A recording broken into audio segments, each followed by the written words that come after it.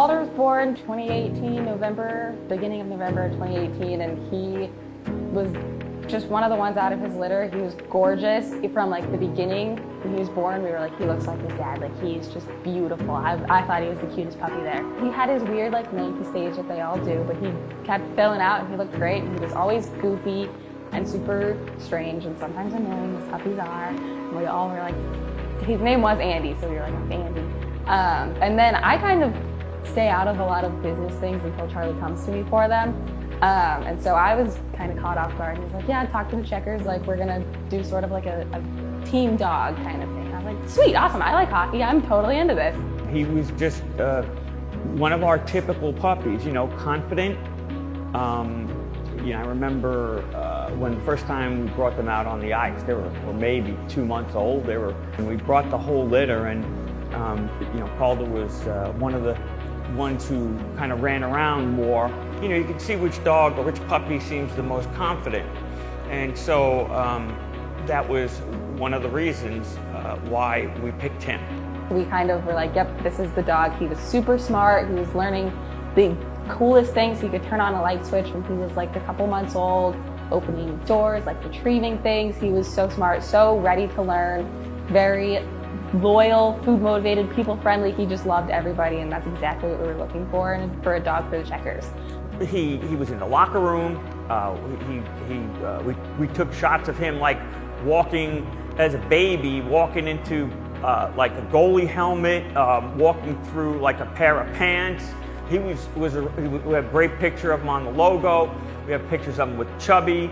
So yeah, he's a hockey dog through and through. As a matter of fact, ESPN had him on the play of the day twice. I think once it was just the play of the day, and it was former player Nick Waugh hitting a puck and Calder going to get it and bring it back. And then the other time was when the checkers were practicing at the Extreme Ice Center, and I was on the Zamboni. I'd never been on a Zamboni, so I asked the guy, hey, can I come? And he said, sure, and bring the dog. And so ESPN grabbed that, and that was like top 10 of the pet plays of the year on ESPN. So he's famous.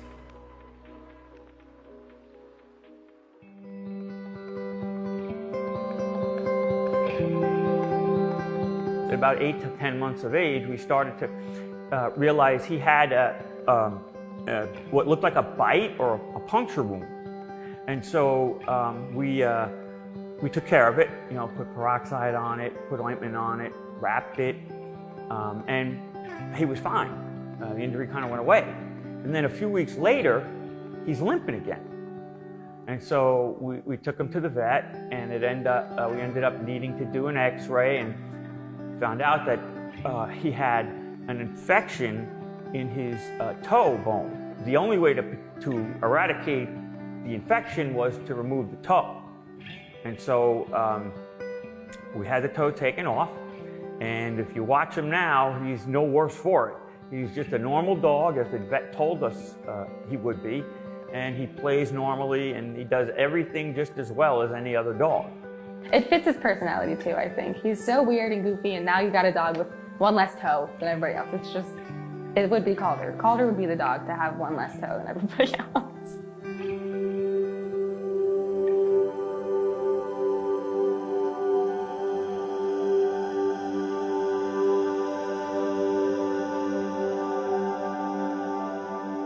Carson was baby number 1, and we were absolutely thrilled about this newborn that we were going to be having. We didn't know if it was a boy or girl, and he was late actually, and on the way to the hospital we get into the car, and it was very early in the morning, and on the radio is playing Wild Thing. My husband and I both looked at each other and went, oh no, this is any indication of what's to come, we're in trouble. It was like 70 degrees on that February 10th, and by that afternoon it was snowing. So it started off with a bang. My name is Carson Clough. I'm a Charlotte native, and I am 26 years old. Born and raised in Charlotte, and I have always been super close with my family. I got younger brother, younger sister, just all around had family support from day one, and pretty awesome, normal upbringing. just in Charlotte. We would travel a lot for whether it was my sports or my brothers or my sisters. Virginia Beach, whenever we weren't playing sports in the summer, we'd spend time in Virginia Beach with my grandparents. The downtime, the happy spot was in Virginia Beach, and they could all surf there. That's where we could kind of chill out and do our own thing, not have to be anywhere. But once again, they're in the water, surfing, and all the water sports that you can imagine. So one thing, a lot of people may not know about me is I used to play hockey for the Charlotte Junior Checkers when I was little. It was one of my first sports. Used to play every day, all year round. Used to travel, Greenville, Florida, even up north to Maryland, and played with the Charlotte Junior Checkers probably till I was in 7th grade. But I still got the jerseys, number 77, smallest kid on the ice, and threw the most punches. And no, not really at all. It was exciting because we'd get there, we were bundled up, we could watch him play, watch his friends play, and it was just actually exciting. I mean, there was one weekend he had a basketball game here in Charlotte. We drove right after the game to Raleigh to a hockey game, and that afternoon he was in a different town playing soccer, and then we had to turn right around and go back to Fayetteville to play hockey again, and they were early morning, like 6, 7 a.m. games. So it was a constant flow for him, and he would get in the car fast asleep, and he was raring to go for the next game. He's got the energy. My husband and I and my kids have been friends with the Cloughs since Jack and Carson were 3 years old playing soccer together. Carson is full of energy, as you probably have noticed. He was the one that most coaches would call scrappy. My husband was one of his coaches too, and John always said if it took someone just squirming in between all the big players and getting the job done on the ice, it was going to be Carson. He was the same way on the lacrosse field. But he's a fun-loving kid, and he's so great, and we're very fortunate to know the Cloughs and to have been friends with them for such a long time. Life prior to my accident was just pretty normal, I would say. I definitely was always into something, whether I was traveling or finding odd jobs to do work. I went to undergrad and then grad back to back, but in grad in Florida, and seeing if I found something that I liked along the way. Behind me, the Iredell County Sheriff's Office is here, along with North Carolina Animal Wildlife. They will be taking over the investigation, and right now they are talking with neighbors, trying to figure out more about what happened. But tonight we do know that man is alert and aware. He was pulled out of the water. Again, that rescue happened down on Lake Norman. It's back there in the darkness past the trees and the cars. So that is where the rescue happened. That man was pulled onto the dock, and again, since has been taken to the My husband got the phone call, and it was the deputy sheriff from the lake calls to say our son was being airlifted to the hospital. He had been in a boating accident, and that's all we knew. And so my husband left at that moment to go up to the lake, and I stayed back here in Charlotte because we thought if he's being airlifted, surely he's coming to Charlotte from Lake Norman. And I called the person back, and they still didn't know, and I called hospitals up there, and I finally called here at CMC, and they said, yes, he's on his way. And I said, okay, I am too. It was a very surreal time because I wasn't sure what I was going to see. I didn't know anything.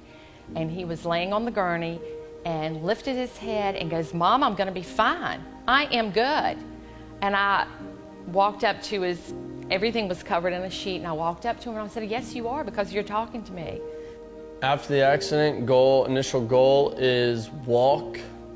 At that point I was in a wheelchair, and people were treating me normally because that's how we were gonna do it.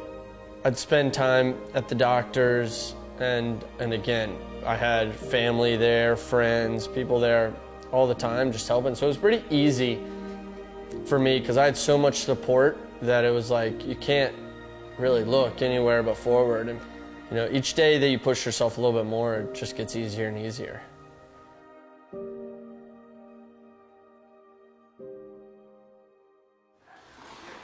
You just need to chill out. Aren't you excited? Mm. What, are you gonna go chase the pucks? Are you gonna chase the pucks? Are you excited? Are you excited?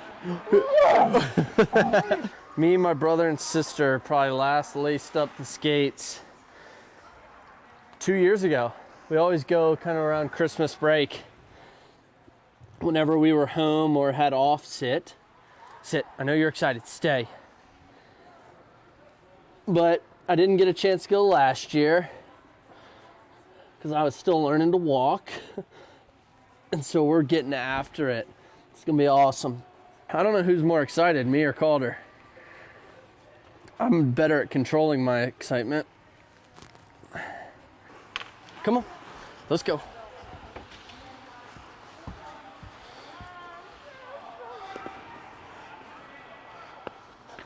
Whew.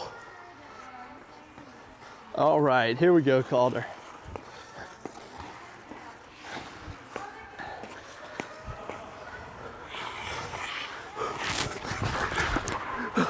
Oh, look at you. It almost got me.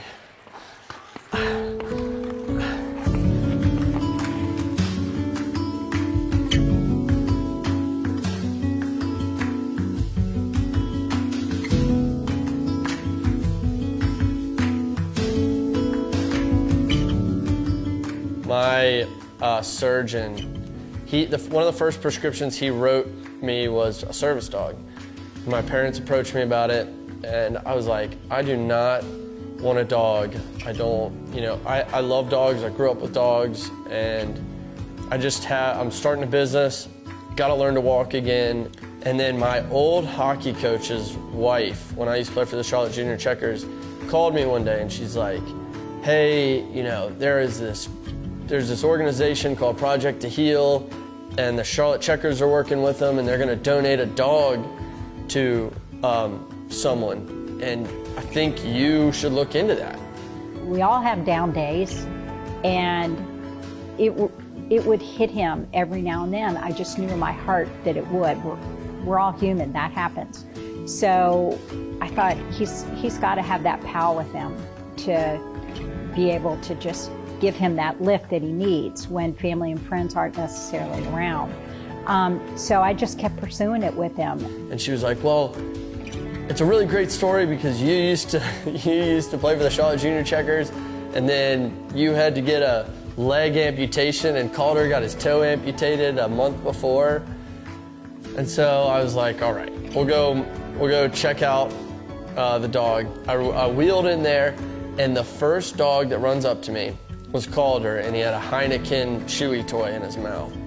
And I was like, oh boy, this is not good. Young man, young dog, a lot of energy. Carson's got a lot of energy, and he intends to take Calder with him wherever he goes, which is what a service dog can do.